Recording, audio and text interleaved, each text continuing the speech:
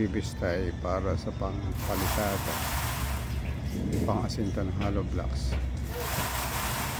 para sa binabakurang isang lote. Ganyan po ang trabaho ng isang laborer kabilat sa araw.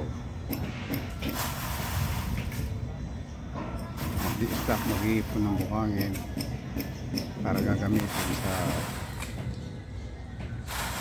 pag-aasinta ng mga hollow blocks. Bahong bakuran po ito sa isang lote.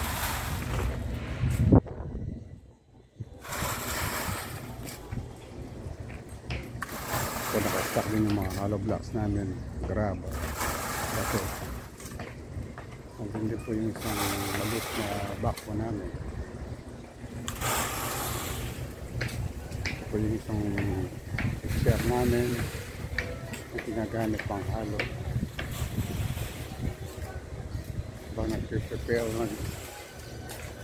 nagbuhukay para sa tutuloy namin lalagyan ng puting, wall puting. Ubuhusan at bago sintayin ng hollow blocks. Nire-ready po bago sintayin.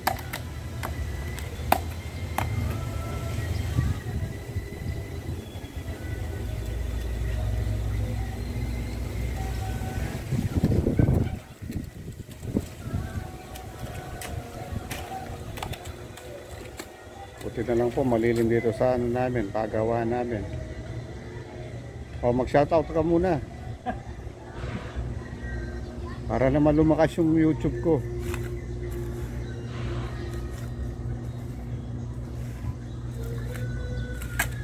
Magkapatid po itong dalawang ito. Hindi ko po alam sino masipag sa kanilang dalawa eh.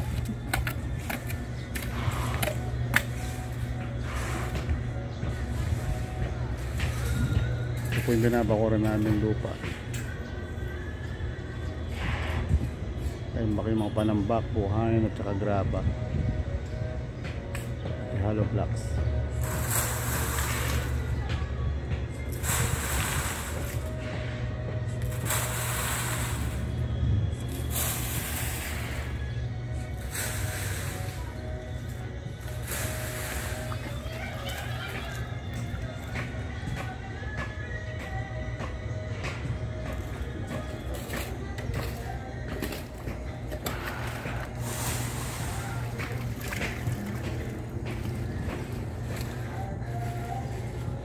Hindi naman lang kung matubig yung lupa, so kailangan pa namin ipump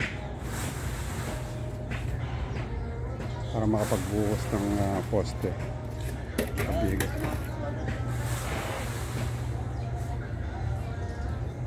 Pinapampa po yung tubig bago magkasinta, magbuhos.